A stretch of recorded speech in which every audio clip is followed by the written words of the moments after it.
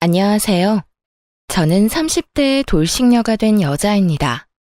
저는 극성인 시모와 돈 무서운 줄 모르는 남편에게 질려버려 이혼을 선택하게 되었는데요. 처음부터 남편이 이혼을 하게 만들 만큼 최악의 인간이었던 건 아니었어요. 저희는 결혼 생활을 할 때 각자 번 돈은 알아서 관리하고 있었는데요. 그걸 제안한 사람이 다름 아닌 남편이었어요. 결혼을 준비하기 시작할 때 남편이 제일 처음 저에게 제안한 것이 돈 문제였어요.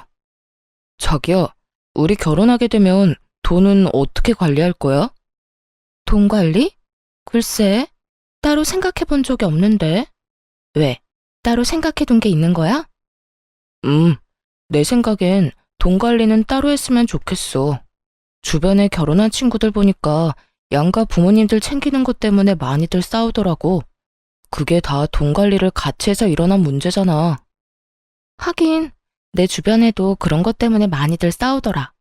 누구 집에 뭘 더 얼마만큼 해줬다면서 섭섭하다고 싸우더라고. 맞아. 그러니까 우린 애초에 그럴 필요 없이 돈 관리 따로 하면서 각자 집은 알아서 챙기자. 생활비는 한 통장에 모아서 같이 쓰고 적금 같은 것도 같이 들긴 하는데 나머지 돈은 알아서 관리했으면 해. 어때? 뭐, 난 괜찮아. 그렇게 하자. 사실 처음엔 좀 치사하다는 생각이 들기도 했어요. 아무래도 남편의 연봉이 저보다 더 높은데 돈을 따로 쓰자고 하니 치사하다는 생각이 약간 들기도 하더라고요. 하지만 남편의 말처럼 우리 부모 챙기는데 다른 사람 눈치 보지 않아도 된다는 점에선 꽤 괜찮은 제안인 것 같아 군말 없이 받아들이기로 한 것이었죠. 그렇게 결혼을 하고 난 후 저는 회사를 계속 다니게 되었고 남편은 재택근무 중이었는데 살림은 각자 상황에 따라 할 수 있는 것을 나눠서 하고 있었어요. 상황에 따라 남편이 시간이 돼 식사를 차리면 제가 뒷정리와 설거지를, 남편이 빨래를 하면 제가 건조를 하고 나머지 정리를 하는 식으로 말이에요. 그런 생활이 저희에겐 꽤 합리적이라 생각했는데 시모에겐 그렇지 않은 모양이었어요. 이 사실을 안 시모가 노발대발 화를 내기 시작하더니 결국 극성을 부려 저희 집 근처로 이사까지 와버렸으니까요. 나 이사했다. 너희 집 근처로. 네? 이사요? 언제 이사까지 하셨어요? 지난주에 했어. 마침 근처에 괜찮은 집이 있길래 그냥 급하게 해버렸지. 정리도 다 했으니 와서 뭐 할 필요도 없다. 그런데 내가 우리 아들하고 통화하다 들었는데 우리 아들도 살림 살고 있다는 게 사실이니? 네, 아무래도 저도 회사에 다니니 저 혼자 다 하긴 무리여서요. 그래서 각자 할 수 있는 만큼 나눠서 하고 있어요. 요즘은 맞벌이 해야 먹고 산다고 하니 내가 네가 일하러 다니는 것까진 별말 안 한다마는 아무리 그래도 그렇지 어떻게 남편한테 집안일을 시킬 수가 있어? 우리 아들도 집에서 얼마나 힘들게 일하는데 내가 진짜 우리 아들 청소기 밀고 밥해야 한다는 소리 듣고 얼마나 놀랐으면 그 길로 20년 살던 집을 팔고 이사를 했겠어? 아니 어머님, 그런데 살림이랑 이사랑 무슨 상관이 있을까요? 몰라서 묻니? 내가 가까이 살아야 왔다 갔다 하면서 우리 아들 대신 살림 살아줄 거 아니니? 괜히 기대할까봐 하는 말인데 네 몫은 네가 하거라. 난 딱 우리 아들 몫만 해줄 거야. 이 말을 듣는데 상황이 너무 어이가 없어 말문이 다 막히더라고요. 그 와중에 제 몫은 알아서 하라는 말도 황당하긴 매한가지였고요. 그날 이후 시모는 저희 집으로 가며 살림을 살기 시작했고 그와 동시에 저에게 향하는 잔소리도 시작되었죠. 예, 너는 집에서 음식은 어떻게 해먹니? 냉장고가 왜 이렇게 텅텅 비어 있어? 필요한 거 있으면 그때그때 장을 봐와서 해먹으니까 냉장고가 그득할 일이 잘 없죠. 아무리 그래도 이게 뭐니 이게. 냉장고가 든든해야 마음이 편한 법인데. 이건 뭐 냉장고 문 열 때마다 내가 한숨만 나온다. 먹지도 않을 재료 냉장고에 쟁여놓으면 뭐해요. 큰 마트가 멀리 있는 것도 아니고. 조금만 걸으면 아파트 정문에 있는걸요. 그리고 요즘엔 식재료 배달도 다 돼서 저희는 불편한 점이 전혀 없어요. 너희는 그럴지 몰라도 난 불편하니 이번 쉬는 날엔 장부터 봐서 다 채워놓거라. 생선도 사다가 올려두고 고기도 부위별로 사다 놓고 채소도 마찬가지야. 여러 가지 다 쟁여놔야 그때그때 손 가는 대로 꺼내서 먹을 거 아니야. 이쯤 되니 고마운 마음은커녕 마음이 불편해 오더라고요.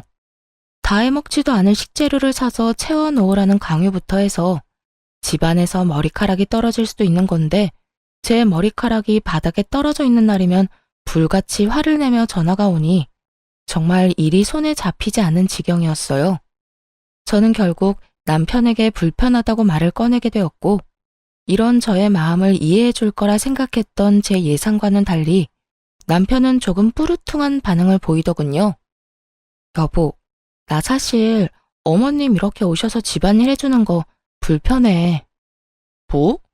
왜? 혹시 당신 집안일을 해주지 않아서 그러는 거야? 우리 엄마가 딱 내 일만 해주고 가서 섭섭해서 그러는 거지? 내 일은 내가 하면 되는 건데 그런 거로 뭐가 섭섭해. 그런 게 아니라 어머님이 오시는 날마다 나한테 계속 뭐라고 한단 말이야. 퇴근하고 와서 어머님 잔소리 듣는 것도 힘든데 그보다 더 힘든 건 일하는데 전화로 잔소리 하시는 거야. 그런 날엔 일도 손에 안 잡히고 마음도 너무 불편하다고. 그러니까 당신이 말 좀 잘해봐. 앞으로는 안 오셨으면 한다고 말이야. 아무리 그래도 나 도와준다고 이사까지 했는데 어떻게 오지 말라고 해. 그러지 말고 당신이 좀 참아. 좋게 좋게 생각해달란 말이야. 나 사실 집안일하는 거 힘들었어. 같이 해야 하는 일이니까 나도 집에서 일하면서 중간중간 했었는데 그만큼 집중도 안 되고 나름 힘들었다고. 그런데 엄마가 와서 도와주면서 일에 집중도 더 잘 되고 일할 시간도 늘어서 그만큼 능률도 좋아졌어. 그까진 남편이 뭐라고. 제 일엔 지장이 되지만 남편의 일에 도움이 된다고 하니 또 마음이 약해지더군요. 그럼 당신이 잘 말해서 나 회사에 있을 때 전화는 하지 말라고 해줘. 좋게 말할 수 있으면 잔소리도 좀 하지 말라고 해주고. 내가 정말 잘못해서 듣는 소리면 나도 그러려니 하겠지만 솔직히 어머님이 나한테 하는 말은 전부 어머님 살림 습관에 우리 살림을 맞추라는 강요에 가깝잖아. 여긴 엄연히 우리 공간이고 우리 스타일이 있는 건데 어머님 마음대로 어머님 뜻대로 다 하려는 거 싫어 난. 그 정도는 해줄 수 있지? 그래, 알겠어. 내가 그 정도는 엄마한테 잘 이야기해 볼게. 그러니까 당신도 조금만 참아줘. 남편은 잘 말하겠다며 호언장담을 했지만 어떻게 뭘 잘 말한 것인지 시모의 잔소리는 더욱 심해져만 가더군요. 시모가 집안일을 돕는다고 해서 저에게 조금이라도 도움이 되었다면 저 역시 심해지는 잔소리를 더 참았겠지만 시모는 남편이 평소에 하던 일 조금과 남편의 밥만 챙길 뿐 저에게 그 어떤 도움도 되지 않았어요. 그러면서 제게 하는 잔소리는 그야말로 일장연설이었죠. 그날은 화장실이 문제였는데 회사에서 바쁘게 일하고 있는데 시모에게 전화가 와 남편이 혼자 쓰는 화장실이 더럽다며 노발대발 화를 내기 시작하더군요. 넌 도대체 집안일을 어떻게 하는 거니? 화장실 청소는 도대체 언제 했길래 저 모양이야? 세제 뿌려서 뜨거운 물로 욕실 싹 씻어내고 물기 없게 말리든 닦아내든 해야 할 거 아니니? 곰팡이 피지 않게 구석구석 칫솔로 잘 씻어내고 말이야. 어머님, 거실 화장실은 남편이 주로 써서 남편이 청소해요. 제가 쓰는 안방 화장실은 제가 씻으면서 매일 정리하고요. 부부끼리 네 화장실 내 화장실이 어딨어? 요즘 애들은 이해가 안 된다 정말. 처음에는 구분 없이 썼는데 남편이 자기가 화장실 오래 쓴다고 아무래도 불편하니까 따로 쓰자고 하더라고요. 그러면서 남편이 각자 쓰는 화장실은 각자 정리하자고 했고요. 넌 네 남편이 시키면 뭐든 다 할 거니? 남편이 화장실 청소 각자 하자고 해도 이렇게 지저분하면 청소라도 좀 해줘야 할 거 아니야. 남편이 저는 거실 화장실엔 발길도 못하게 하는데 제가 더러운지 깨끗한지 어떻게 알겠어요? 그리고 저도 일하랴 집안일 하랴 여러모로 힘들다고 말씀드렸잖아요. 거기에다 요즘은 틈만 나면 어머님이 이렇게 전화하셔서 뭐라고 하시는 바람에 일에 지장도 있다고요. 그러니까 제발 이런 문제로 일하는 시간에 전화하지 말아주세요. 부탁 좀 드릴게요.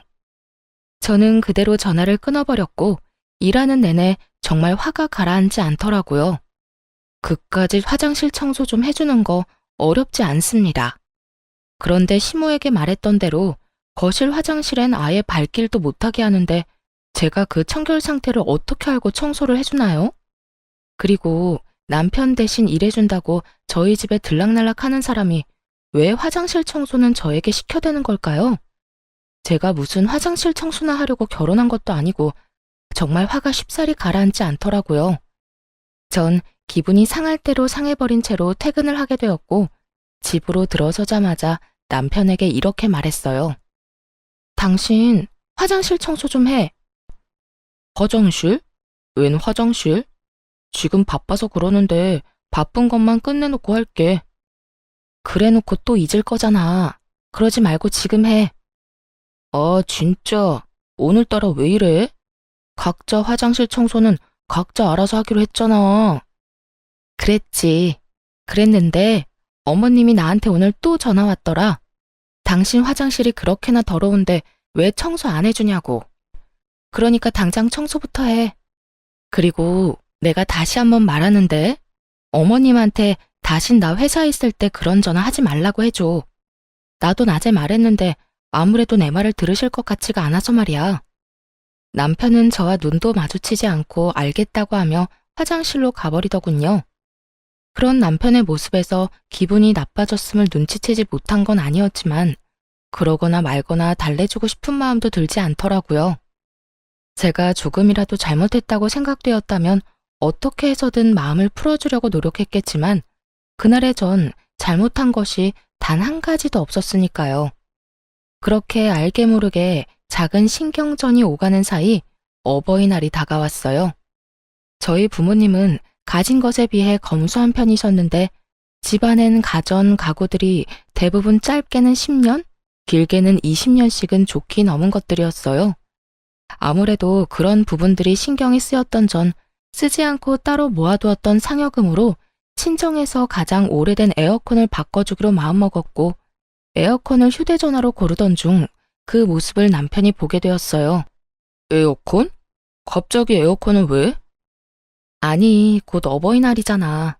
친정의 에어컨 작년부터 시원치 않았는데 이 김에 바꿔줄까 해서. 그럼 우리 집은? 우리 집은 뭐 해줄 건데? 황당하더라고요.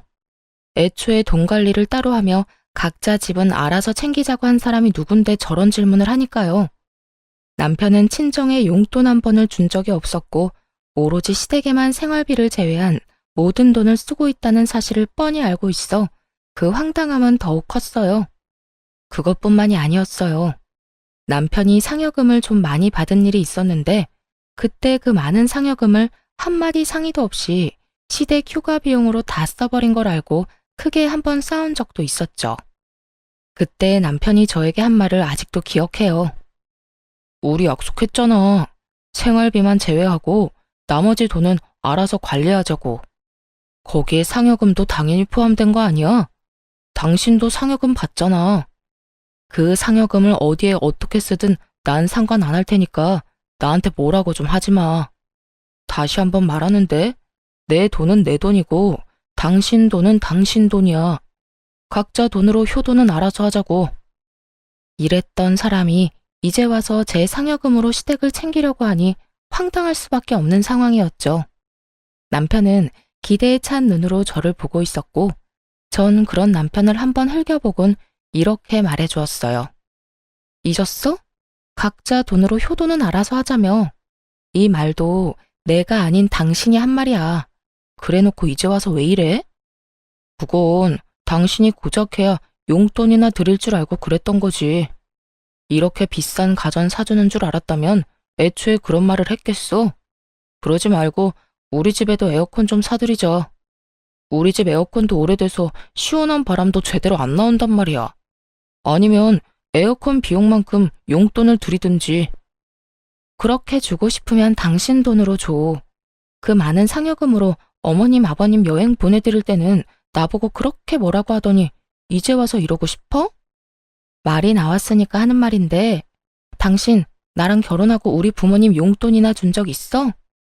각자 집 알아서 챙기자는 핑계로 용돈 한 번 준 적도 없으면서 그런 말하기 부끄럽지도 않아? 뭘 그런 것까지 따지고 드냐? 그래, 알겠어. 우리 집은 내 돈으로 내가 알아서 챙길 테니까 나중에 당신 나한테 뭐라고 하지나 마. 왜 이렇게 비싼 거 해줬냐고 따지고 들지나 말라고. 다 알겠으니까 나한테 피해나 주지 마. 나한테 아무 피해 안 주면 내가 왜 뭐라고 하겠어? 그래? 알겠어. 어디 두고 보자. 그렇게 감정이 상해버린 채 저는 친정에만 에어컨을 장만해드리게 되었고, 며칠 뒤 시모 역시 생각지도 못했던 고가의 선물을 받았다는 사실을 알게 되었습니다. 그날은 퇴근이 좀 빨랐던 날인데 집에 돌아가니 그때까지 시모가 집에 있더라고요. 들어가자마자 시모가 손에 쥐고 있던 청소기를 제 손에 쥐어주며 청소나 하고 있으라며 자긴 이만 가보겠다고 가방을 챙기더군요. 그런데 시모가 챙긴 그 가방이 1,000만 원 가까이 하는 명품 가방으로 전에는 못 보던 것이었어요. 저는 설마 하는 마음으로 시모의 가방을 멍하니 보고 있자 시모가 흐뭇한 미소를 보이며 이렇게 말하더군요. 네가 봐도 너무 예쁘지 않니? 이번 어버이날 선물로 우리 아들이 사준 선물이란다. 우리 아들 통도 크지? 아빠한텐 명품 재킷, 엄마한텐 명품 가방. 요즘 우리 아들 덕에 내가 밥을 안 먹어도 배가 부르다니까. 그걸 제 남편이 사드렸다고요? 아버님 재킷까지요? 그래. 내 아들이 이번 어버이날 선물로 사줬다니까. 친구들도 그런 효자가 또 없다면서 부러워들 하는데 내가 아주 어깨가 하늘에 닿을 정도라니까. 하여튼 너도 왔으니 나는 이만 가마. 청소기나 좀 돌리려무나. 시모가 돌아가고 난 후 아무리 생각해봐도 남편에게 그런 큰 돈이 나올 곳이 없더라고요. 그래서 전 돈의 출처에 대해 물어보기 시작했어요. 도대체 돈이 어디서 나서 저렇게 큰 선물을 사드린 거야? 당신 상여금 받는 지도 얼마 안 됐고 보너스 나올 때도 아니잖아. 어디서 나오긴. 우리 아기 낳으면 쓰려고 모으던 적금 깼지. 아무렇지도 않게 당연하다는 듯 남편 명의로 했던 함께 모은 적금을 해지했다고 하는데 정말 기가 막히더라고요. 그것도 저희의 2세를 위해 준비했던 적금을 말이죠. 당신 제정신이야? 지금 적금 깼다는 말이 그렇게 아무렇지 않게 나와? 그건 우리 공동돈인데 그걸 왜 당신 마음대로 손을 대? 그러면 어떻게 해? 필요한 거 뭐 있냐고 여쭤보니 옷이랑 가방이 필요하다는데 그저 그런 걸 사줄 수는 없잖아. 그렇다고 우리 아기를 위해 준비한 돈에 손을 대는 건 아니지. 당신이 무슨 자격으로, 그것도 상의 한마디도 없이. 내가 왜 자격이 없어? 거기엔 엄연히 내 돈도 절반 들어가 있다고. 당신 돈은 몇백 쓰지도 않았으니까 걱정하지 마. 다 돌려줄 테니까. 진짜 저번부터 당신 진짜 치사한 거 알아? 그거 얼마나 한다고 이 난리인지 모르겠네. 내가 이상한 데 쓴다고 그런 것도 아니고. 부모님께 좋은 선물 좀 사드리겠다고 그런 건데 이게 그렇게까지 화낼 일이야? 남편은 오히려 저에게 더 큰 화를 내고 있었고 그런 남편의 모습에 참을 수 없어 소리를 질러버렸어요. 부모님께 좋은 선물 사드리는 거 좋지. 그런데 그것도 형편껏 능력 되는 선에서 해드려야 하는 거 아니야? 돈도 없으면서 부부 적금을 깨면서까지 선물 사드리는 건 아니지. 그것도 없으면 죽고 못 사는 것도 아니고 옷이랑 가방 사드리려고 아기 적금을 깼다는데 내가 화가 안 나게 생겼어? 그래서 돌려준다잖아. 당신 돈은 땡전 한 푼 안 빼놓고 다시 돌려줄 테니까 그만 좀 뭐라고 해. 적금도 앞으로는 각자 알아서 들기로 하자. 아기 적금도 아기 생기면 들기 시작하든지 하고. 하여튼 그런 걸로 하고 더는 나한테 뭐라고 하지 마. 그래, 내 돈은 한 푼도 빼놓지 말고 그대로 다 돌려주고 당신이 쓰고 남은 돈은 지금 당장 입금해. 그리고 앞으로 더 확실히 당신 돈은 당신 돈, 내 돈은 내 돈으로 딱 선 지켜서 지내보자고. 그래, 나도 바라던 바야. 남편은 끝까지 큰 소리를 쳤고 쓰고 남은 돈을 입금을 해주었지만 남편이 쓴 돈은 결국 돌려주지 않더라고요. 그 후 돈도 돈이지만 남편에 대한 믿음 자체가 사라지고 있었어요. 이토록 대책 없이 시댁만을 챙기는 사람인 줄은 몰랐는데 남편의 이런 모습을 보니 모르긴 몰라도 이제부터가 시작이란 생각을 지울 수가 없더라고요. 그렇게 생각지도 못한 남편의 모습에 고민이 깊어지는 사이 이젠 시모까지 나서서 저를 괴롭히기 시작하더군요. 이때껏 있었던 잔소리들도 가끔 도가 지나치다는 생각이 들 때도 있긴 했지만 참을 만했기에 참았던 것이었어요. 하지만 남편이 도대체 뭐라고 한 것인지 시모의 잔소리와 괴롭힘은 점점 선을 넘고 있었어요. 그날은 퇴근을 한 후 집으로 돌아갔더니 시모가 씩씩거리며 저를 기다리고 있더라고요. 무슨 일로 저렇게까지 화가 났나 하는 마음에 시모의 눈치를 살피며 집으로 들어서니 시모가 득달같이 화를 내며 따지고 들더군요. 여자가 돈 좀 번다고 집에서 큰 소리 치는 거 아니다. 너만 돈 버니? 우리 아들도 돈 벌어. 아니, 갑자기 그게 무슨 말씀이세요? 제가 무슨 큰 소리를 쳐요. 네가 큰 소리 쳤다며. 우리 아들이 너희가 모은 돈으로 우리 선물 좀 사줬다고 노발대발 목에 핏대까지 세워대며 화냈다는 말 다 들었어. 네가 기를 그렇게나 죽여대는데 우리 아들이 어디 바깥 일이나 제대로 하겠니? 어디 하늘 같은 남편을 그깟 돈 때문에 쥐잡듯이 잡아? 혹시나 우리 아들 일 잘못되면 다 네 탓이다.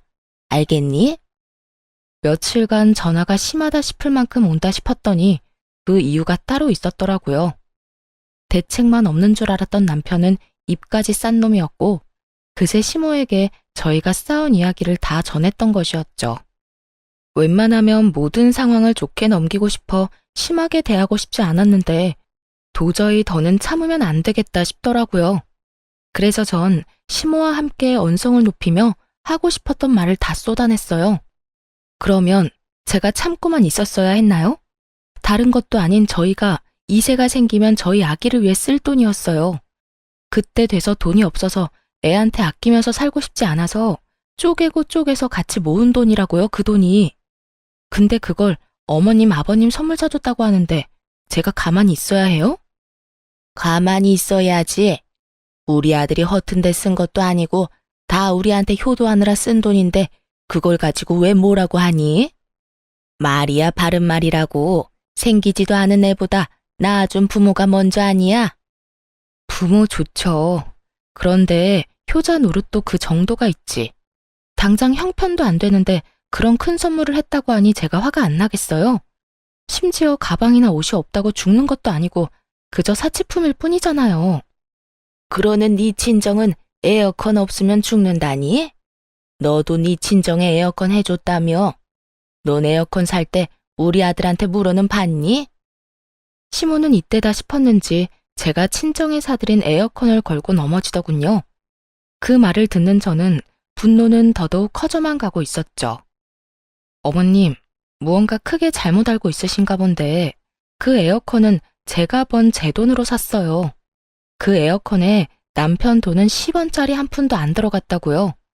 그런데 가방이랑 옷은 아니잖아요. 제 돈도 들어갔을 뿐더러 저한테 한마디 상의도 하지 않았다고요. 애초에 자기 부모 자기가 챙기자고 한 사람도 남편인데 저한테 상의도 하지 않고 그 큰 선물을 같이 든 적금까지 깨면서 샀을 땐 그 정도 잔소리는 먹을 각오하고 샀어야 하는 거 아닌가요? 뭐?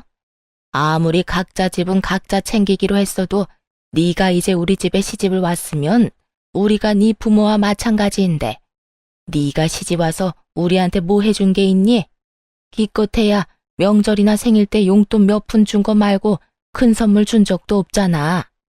그냥 우리 아들이 산 선물에 네 성의도 조금 보탰다고 생각하면 너도 나도 좋을 텐데 그걸 트집 잡아서 우리 아들 기나 죽이고 시어미한테 눈 똑바로 뜨고 대들기나 하고. 어머님, 말씀 잘하셨네요. 저는 명절 생신 때 용돈이라도 챙겨드렸죠. 어머님 아들은 저희 부모님한테 이날이 때껏 1,000원짜리 한 장 준 적이 없어요. 그런데 왜 저만 시댁을 챙겨야 하나요? 어머님 같으면 시댁 챙길 마음이 들겠어요?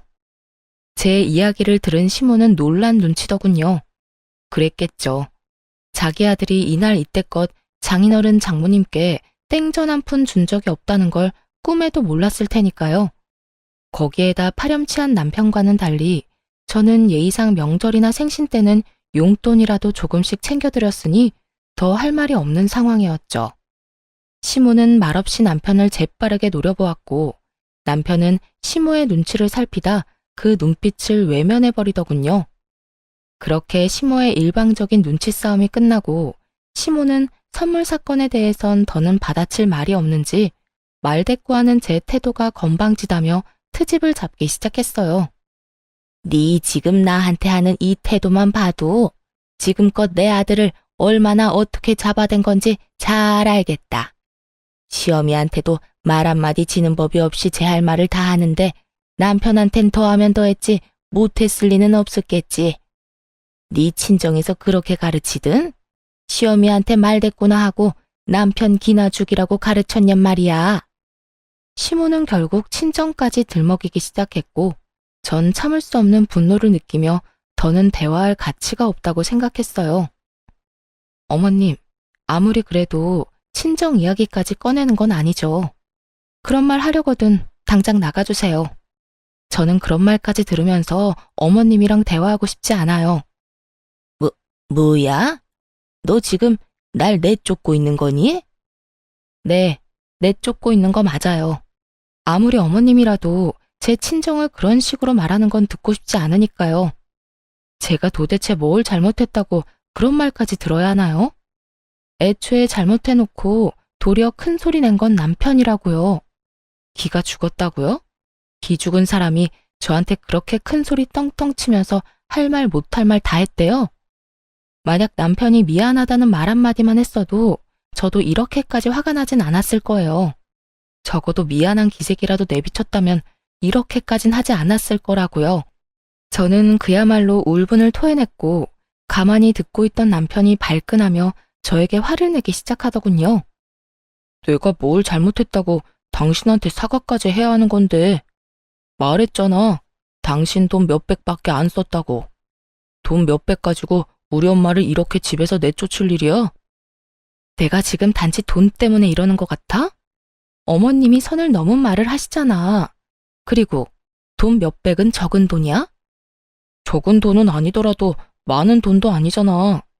당신이 돈 몇백 없으면 죽는 것도 아니고 그걸로 이렇게 쪼잔하게 굴어야겠어? 그리고 엄마가 못할 말을 한 것도 없는 것 같은데 당신이 너무 예민하게 구는 것 같다고. 내가 당신한테 당신은 당신 집에서 뭘 어떻게 배웠길래 그렇게 대책 없이 돈을 써대냐고 하면 당신 같으면 기분이 좋을 것 같아? 그리고 그렇게 많지도 않은 돈 몇백은 왜 이제껏 안 주는데? 그딴 말할 거면 내 돈이나 다 내놓고 말하고 어머님은 이만 좀 가주세요. 여기서 더 아들이랑 며느리 싸우게 만들고 싶지 않으면요.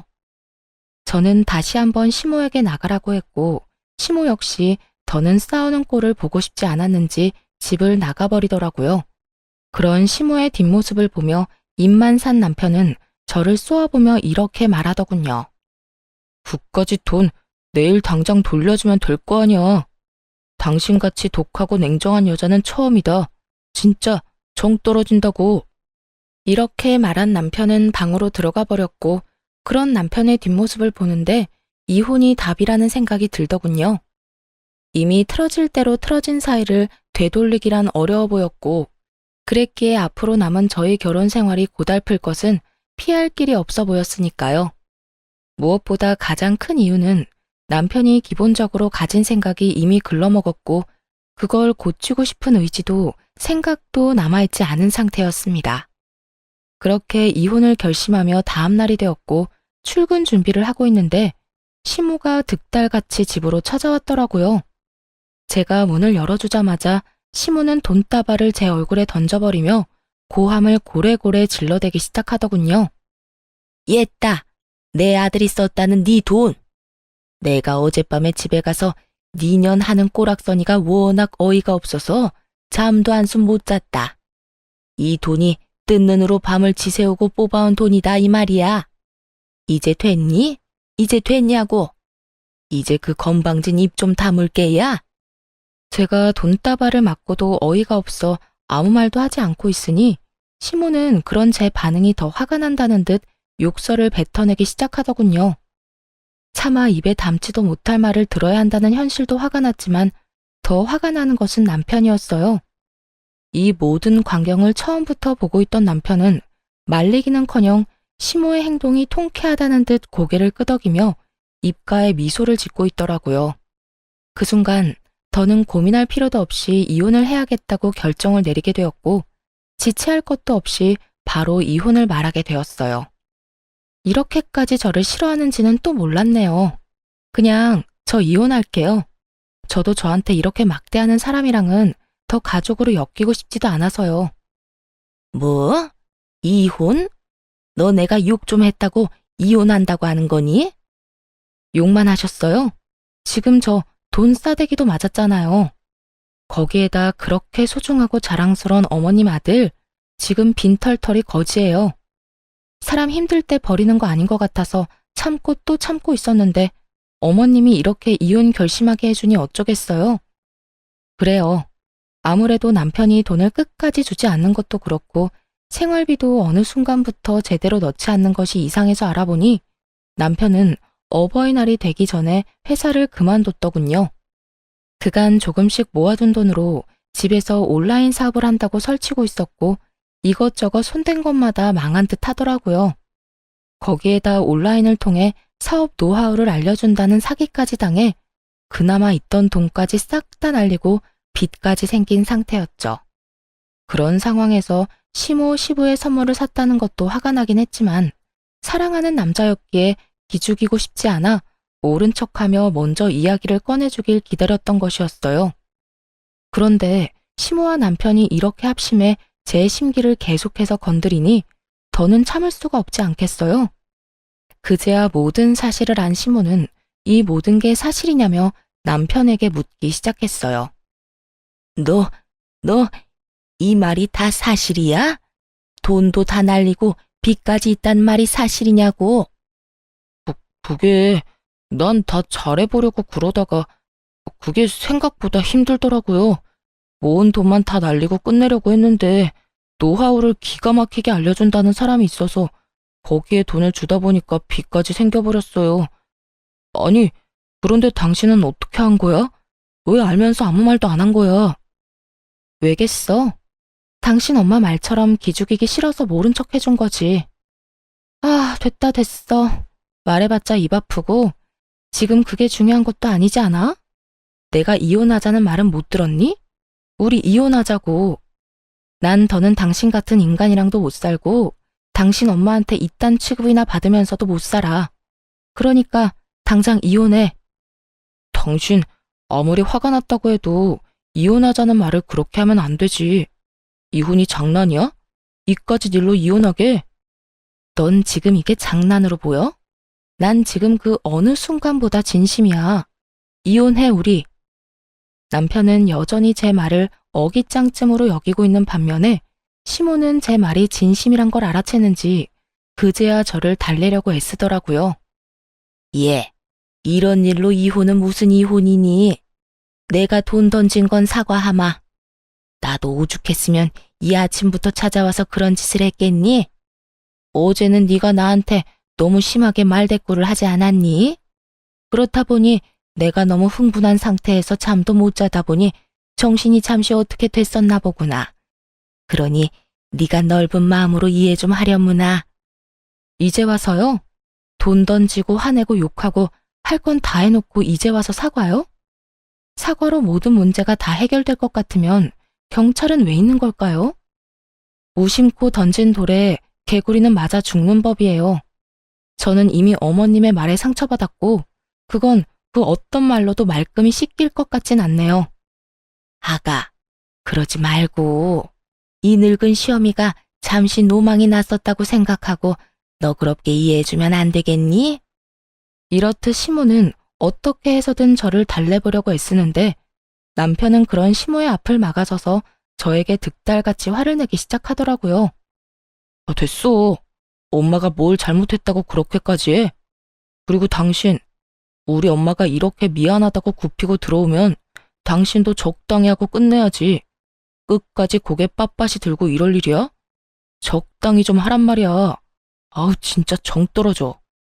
무직인데다 빚까지 있는 아들이 큰 소리를 치자 시모는 더는 모르겠다는 듯 고개를 절레절레 흔들더니 남편에게 이런 말을 남기고 집을 도망치듯 빠져나가 버리더군요. 아들, 분위기 파악 좀 해. 네 집사람 화 많이 난 것 같으니까 엄마는 이만 가보마. 두 사람이 좋은 쪽으로 이야기 잘 나눠봐. 이렇게 이혼한다고 하면 다들 뭐라고 하겠어? 그러니까 좋게 좋게 이야기 잘 나눠. 시모는 그렇게 집을 도망치듯 나가버렸고 남편은 시모가 던진 돈을 주우며 여전히 상황 파악도 되지 않은 말을 하기 시작했어요. 결국 또 이겨먹었네. 기분 아주 좋겠다 좋겠어. 이렇게 돈까지 생기고 말이야. 내가 당신이 화가 많이 난 것 같아서 이 돈까지 주워주는 거야. 세상에 이런 남편이 어디 있냐? 시어머니를 뻑하면 집에서 쫓아내는 와이프한테 땅바닥에 떨어진 돈까지 주워주는 남편이 어디 있냐고. 당신은 나한테 진짜 잘해야 해. 내가 이번에 사업이 좀 잘못되어서 그렇지. 그것만 빼면 나 같은 남편 또 없다고. 눈치가 없는 것도 모자라 큰 착각에 빠져 허우적거리고 있는 남편 놈을 보고 있자니 정말 웃음이 다 나더라고요. 도대체 이런 인간 뭐가 좋다고 이때껏 참고 살았나 싶어 저 스스로가 한심하기도 했고요. 그렇게 여러 가지 생각을 하던 저는 여전히 돈을 줍고 있는 남편을 내려다보며 좀 더 확실하게 말해주었어요. 당신 엄마가 우리 집에서 도망치듯 가는 꼴을 보고도 모르겠니? 나 이혼하자는 말 진심이야. 뭐? 정말 이혼하자고? 이까진 일로? 당신한테는 이까진 일일지는 몰라도 난 아니야. 난 당신같이 대책 없이 효자 노릇을 하는 남자도 싫고 당신 엄마처럼 아나무인에 화난다고 욕부터 하는 사람을 내 시어머니로 모시고 싶은 생각도 없어. 그제야 남편은 제 말이 진심이란 걸 알아차린 듯 급하게 무릎을 꿇고 빌기 시작하더군요. 여보, 이러지 마. 내가 당신이랑 어떻게 이혼을 해? 나 당신 없으면 안 되는 거 알잖아. 그렇겠지. 빚은 생겼는데 회사도 그만뒀고 모아둔 돈은 전부 당신 집에 효자 노릇을 한다고 다 써버렸을 테고. 당장 돈 한 푼 없는데 나랑 이혼하면 완전 큰일이겠지. 그런데 어떡하지? 난 당신이랑 이혼한다고 해서 큰일 날 게 하나도 없는데. 그러게 내가 알면서도 다 모르는 척 해줄 때 진작 잘하지 그랬어. 내가 당신을 조금이라도 사랑하고 조금이라도 불쌍하다고 느낄 때 나한테 조금이라도 잘했다면 내 입에선 이혼하자는 말까진 나오지 않았겠지. 여보, 이러지 마. 내가 정말 잘못했어. 아까 당신이 그렇게 당하는데 지켜만 보고 있었던 것도 엄마가 매번 당신한테 잔소리하면서 뭐라고 할 때 당신 편 못 들어준 것도 미안해.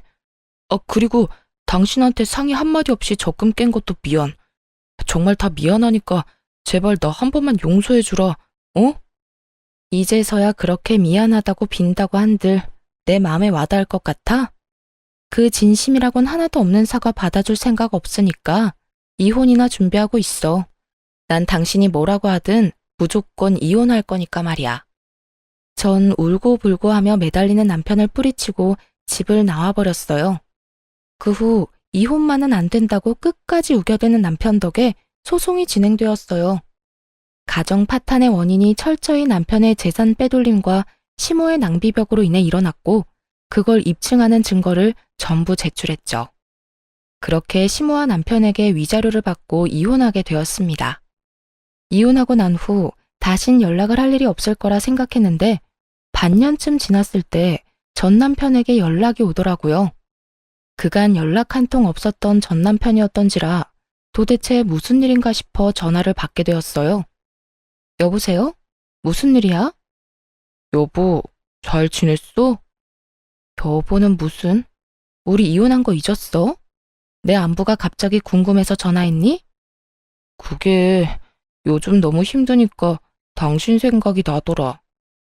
왜? 그렇게 효자 노릇이 하고 싶어 안달이더니 막상 같이 사니까 힘든가 보네? 나 너무 힘들어. 당신도 알다시피 당신이랑 이혼하기 전에도 빚이 있었는데 당신한테 위자료 주느라 빚을 더 지게 됐거든. 하루하루 대출금은 갚아 나가야 하는데 취업은 잘 안 되고 집에서 프리랜서 일해서 버는 것도 한계가 있고 그래서 엄마한테 가방 좀 팔아서 대출금도 좀 갚고 생활비도 좀 하자고 했는데 엄마가 절대 안 된다면서 난리를 부리더라. 어떻게 된 엄마가 자식이 힘들다는데 그깟 가방이 뭐라고 끌어안고 안 팔려고 하는 건지 이해가 안 돼. 심지어 그거 내 돈으로 사준 가방이잖아. 그랬구나. 당장이라도 전화를 끊어버릴까 하는 마음도 있었지만 무슨 말까지 하려나 싶어 대충 맞장구를 쳐주니 신나서 전시모 욕을 하기 시작하더군요. 오, 나 힘들어. 아니, 말이야 바른 말이라고. 내가 누구 때문에 이혼까지 하게 되고 이렇게 큰 빚까지 지게 됐는데 우리 엄마 정말 너무하지 않아? 엄마뿐인 줄 알아? 아버지도 내가 그렇게 힘들다고 노래를 부르는데도 대출금 한 번은 안 갚아주시더라. 그래서 하고 싶은 말이 뭔데? 그냥 나 후회 많이 하고 있다고. 진작 당신 말 듣고 우리 집 말고 내 가정에 더 신경 쓰면서 살 걸 싶더라. 당신 말이 다 맞았어. 날 진짜로 생각해주고 내 미래에 대해서, 아니, 우리 미래에 대해서 걱정해주는 사람은 당신뿐이었는데 그땐 그걸 왜 몰랐나 몰라. 있는 힘껏 불쌍한 척을 해대던 전 남편 놈은 기어코 우는 소리까지 내며 하소연을 하기 시작하더군요. 나 사실 당신이 너무 그리워. 요즘 잠도 제대로 못 자고 밥도 제대로 못 먹어. 그게 내가 그리워서 그렇다고? 아니, 돈은 갚아 나가야 하는데 돈이 없으니까 그렇겠지. 오늘 이렇게 전화한 것도 나한테 동정심이라도 자극해보려고 그러는가 본데 꿈 깨. 난 당신한테 낭비할 동정심 같은 건 없으니까 말이야. 당신은 정말 내가 불쌍하지도 않아? 내가 이렇게까지 반성하고 있다고 하는데? 전혀 불쌍하지도 않고 당신 말이 진심으로 와닿지도 않아. 전 남편은 금방이라도 제가 전화를 끊어버릴 것만 같았는데 급하게 숨겨둔 진심을 꺼내기 시작하더군요. 듣고만 있어도 소름이 끼쳐오는 더러운 속내를 말이죠. 정말 진심이야. 내 속을 꺼내 보여주고 싶을 만큼 진심이라고. 그러니까 그렇게 부정적으로만 보지 말고 다시 한 번만 잘 봐줘. 나 정말 반성 많이 했고 이제 정말 정신 차렸어. 그래서 하는 말인데 우리 다시 잘해보면 안 될까? 나 당신이 조금만 도와주면 빚도 금방 갚을 수 있고 그렇게만 되면 나 다시 일어나는 건 시간 문제야. 당신도 잘 알다시피 내가 회사 다닐 땐 당신보다 연봉도 높았잖아. 내가 재취업만 되면 이제 내 월급은 당신 다 줄게. 약속할 수 있어. 각서라도 쓰라면 쓸게. 난 네 돈 같은 거 필요도 없으니까 재취업돼서 나보다 연봉 많이 받게 되는 날이 오면 그 돈으로 네 빚이나 똑바로 갚고 살아. 신용불량자나 되지 말고. 빚 갚고 남은 돈으로 네 부모님들한테 다시 효자 노릇도 좀 하고. 여보, 그러지 말고 제발. 나 진짜 반성했다니까. 네 반성 따윈 필요 없으니까 애꿎은 사람 그만 괴롭히고 네 인생 너 혼자 잘 살아. 어디 엄한 사람 엮어서 빚을 갚는데 이용하려고 불쌍한 척이야? 한 번만 더 전화하기만 해봐. 스토커로 확 신고해버릴 거야. 그렇게 전화를 끊어버렸고 그 후론 연락이 오는 일은 없었습니다. 그렇게 있을 때 잘할 것이지 백수된 것도 참아주고 빚쟁이가 된 것도 모른 척 해준 여자를 놓친 것을 한평생 후회하며 살았으면 좋겠다 싶었네요. 저는 잘 지내고 있어요. 그런 일이 있은 지 1년이란 시간이 지났고 결혼을 하며 포기했던 해외 지사 파견 기회가 와 요즘엔 설렘 반 걱정 반으로 시간을 보내고 있어요. 새로운 곳에서 저 혼자 다시 시작해야 한다는 것이 조금 무섭긴 하지만 부모님께서 이참에 잘 됐다며 더 큰 세상에서 더 많은 것을 보고 경험한 후 다시 돌아오라고 응원해 주시더라고요. 그 응원에 힘입어 열심히 적응해 보려고요. 이참에 새로운 곳에서 새로운 출발을 해보는 것도 저에게 좋은 터닝 포인트가 되겠지 하는 생각만 하고 있는 중이랍니다. 이렇게 이혼을 해도 제 인생엔 아무런 문제 없이 더 좋은 기회들이 생겨나는데 그땐 왜 그렇게 참고 살았나 모르겠어요. 지금 생각하면 참 바보 같은 생각인데 이혼을 할 때까지만 해도 이대로 내 인생이 모두 무너져 버리면 어쩌나 하는 걱정이 크더라고요. 하지만 막상 이혼을 하고 나니 이혼녀 딱지쯤이야 별거 아닌 것이었고 제 인생도 무너지지 않더군요. 물론 쉽게 내릴 결정은 절대로 아니지만 그렇다고 해서 이혼이 무서워 그 모진 냉대와 욕설 그리고 무능력하면서도 효자 노릇만 하는 남편을 참고 살 것은 아니었단 생각이 강하게 드는 요즘이네요. 저에게 있어 가장 크고도 높았던 이혼이란 산을 무사히 넘은 만큼 외국에 가서도 밥 굶지 않고 할 말은 다 하면서 잘 살아보려고요. 저 잘해낼 수 있겠죠? 이로써 저의 사연도 끝이 났네요. 긴 이야기였는데도 불구하고 끝까지 함께 해주신 모든 분 감사합니다. 좋은 하루 되세요. 안녕하세요. 저는 얼마 전 이혼에 성공한 평범한 40대 초반의 여성이에요. 딸아이 하나 키우는 맛으로 홀로 살고 있는 싱글맘이기도 하죠. 남는 시간에 사연글 유튜브나 보면서 시간 보내곤 했는데 제가 직접 작성하게 되는 건 상상도 못 해봤어요. 그렇지만 제가 직접 글을 써야겠다는 생각이 들 정도로 제 상황은 정말이지 개판 5분 전이었답니다. 지금이야 이미 이혼 과정이 다 끝나고 정리가 된 마당이지만 그 당시에만 하더라도 저뿐만이 아니라 이 이혼과 관계된 사람들 모두 너덜너덜해졌거든요. 저와 남편은 정말이지 오랜 기간 사귀었어요. 솔직하게 말하면 남편이 질질 끌었다고 해야겠죠. 남편은 무슨 이유에서인지 결혼에 대한 생각이 없었고 저는 결혼에 대한 막연한 동경 같은 것이 있었어요. 그리고 무엇보다도 나이가 들면서 하나하나 자리 잡아가는 친구들을 보니 저도 그렇게 안정적인 자리를 잡고 싶다는 생각을 했거든요. 그래서 마지막으로 당시의 남친이었던 남편에게 통보했었죠. 우리 5년 사귀었고 결혼 생각 없으면 이쯤에서 접자였어요. 그때 왜 결혼을 하기 싫어했는지 이혼하는 과정에서 알게 됐어요. 남편이 간을 보고 있었더라고요. 본인은 신중했다고 말하지만 저는 전혀 그렇게 생각하지 않거든요. 당시에는 그런 찝찝함이 있었지만 결혼 후에는 그런 찝찝함도 사라졌어요. 남편이 잘해줬거든요. 그런데 의외의 문제가 제 발목을 잡았죠. 바로 시부와 시모 때문이었어요. 시부는 돈이 좀 많았어요. 물론 지방에 살고 있으니 엄청 부자는 아니었지만 그래도 자수성가한 타입이었거든요. 그런 시부가 늦바람이 나서 매번 시모와 싸우는 거예요. 두 사람만 싸우면 되는 일인데 시모는 매번 싸우면 저희 집에 오는 거예요.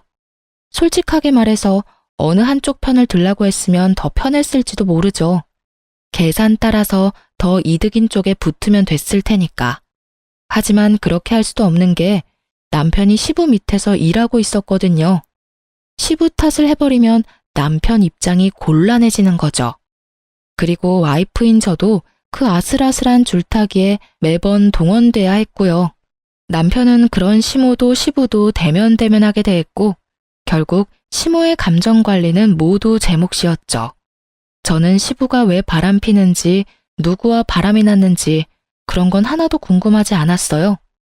알면 아는 대로 피곤해질 일이고 솔직하게 말해서 너무 깊이 파고들 생각도 들지 않았거든요. 그렇지만 시모는 달랐어요. 저희 집에 와서 시부의 내연녀에 대한 이야기를 하며 제게 스트레스를 모두 퍼부어 버리더라고요. 처음에는 며느리에게 그런 모습 보이기 싫어서였는지 체면 칠해하려고 그랬는지 저희 집에는 오지 않고 남편에게 전화로만 하소연했었거든요. 하지만 결혼 후 1년이 지나기 시작하니 시부와 싸울 때마다 저희 집으로 찾아오더군요. 처음에는 그런 시모를 잘 달래야겠다고 생각했죠. 저도 사람이고 여자인데 바람 피는 시부에 대한 분노가 없었겠어요? 시모가 딱하다고 생각했는데 나중에 알고 보니 꼭 시부가 잘못한 것만도 아니더군요. 이 상황을 한마디로 표현한다면 유유상종, 이 사자성어가 딱 들어맞는 것 같네요.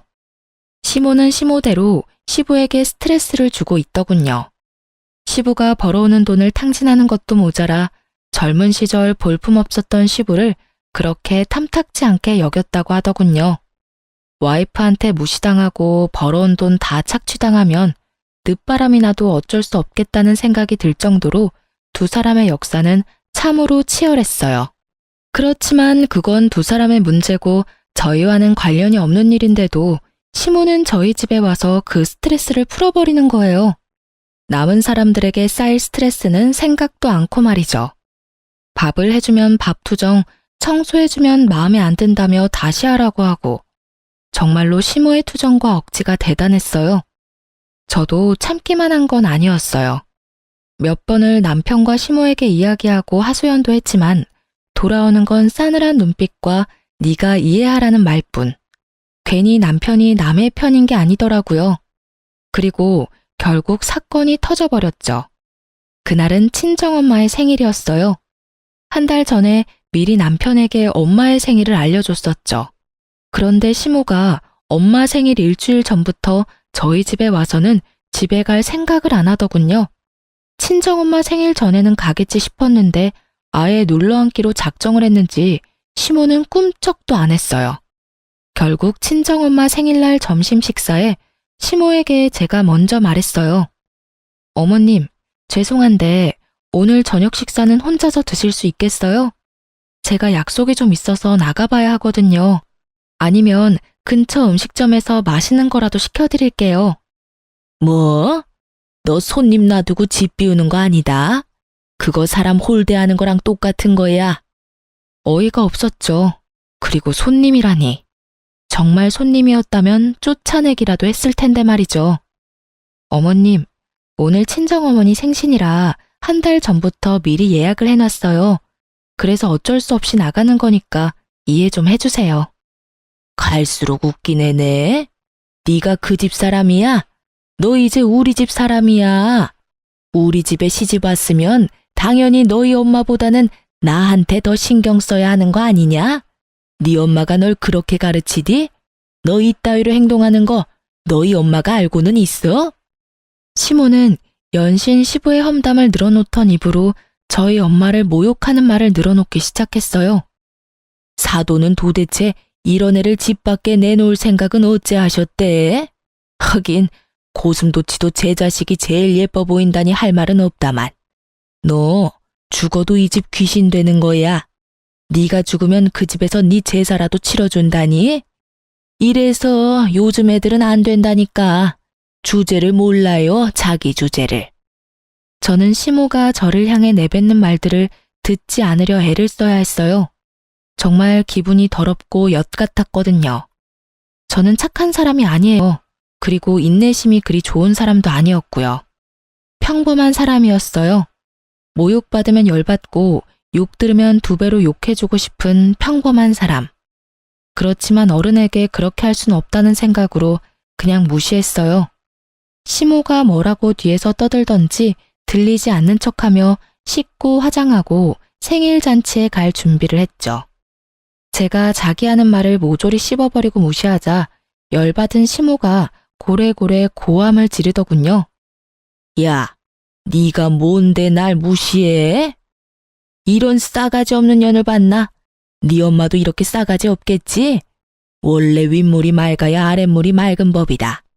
네 엄마가 널 이렇게 예의라고는 쌈 싸먹은 년으로 키워서 네가 이 모양 이 꼴 아니겠냐? 야, 여기 보라는 말 안 들려? 그만 좀 하세요. 저한테 왜 소리 지르시는데요? 열받는 일 있으면 당신 자식한테 하시면 되잖아요. 며느리한테 열받는 감정 다 털어서 버리시면 그렇게 기분이 좋으세요? 싸가지가 없는 게 누군데 여기서 저한테 막말하시는데요. 부모 생일 잔치도 못 가게 하는 시어머니야말로 싸가지 없는 사람 아닌가요? 며느리한테 불효 저지르라고 말하는 시어머니가 어딜 봐서 깨끗한 사람이냐고요. 이게 정신이 나갔나? 너 지금 누구한테 대드는 거야? 우리 엄마 욕한 사람한테 대드는 거죠. 이제부터 남편 없을 때는 이 집 찾지 마세요. 저는 어머님 자식 아니고 며느리예요. 엄연히 남의 귀한 자식이고 존중받아야 할 사람이라고요. 열받고 화나는 일 있으면 당신 자식한테 그 스트레스 다 푸세요. 남의 자식한테 스트레스 풀지 마시고. 저는 결국 크게 화를 내고 집 밖으로 나와버렸어요. 남편도 오늘 장모님 생일인 걸 알고 있으니 알아서 올 거라고 생각하고 따로 연락도 하지 않았어요. 솔직하게 말하면 남편 얼굴 보고 싶은 마음이 전혀 없었거든요. 지금 보면 싸움만 할 것 같아서 연락하지 않았어요. 저녁이 되면 이 불같은 감정도 가라앉을 테니 그때 남편 보면 되겠지 싶었거든요. 그런데 남편이 약속 장소에 오지 않더군요. 아무리 기다려도 오지 않고 이미 생일 식사는 시작돼서 결국 남편에게 전화했어요. 당신 도대체 어디... 야, 너 우리 엄마한테 무슨 말 했어? 왜 엄마가 집에서 혼자 울고 계시냐고. 당신 지금 집이야? 그래, 집이다. 넌 집구석 엉망으로 만들고 어딜 기어나간 거야?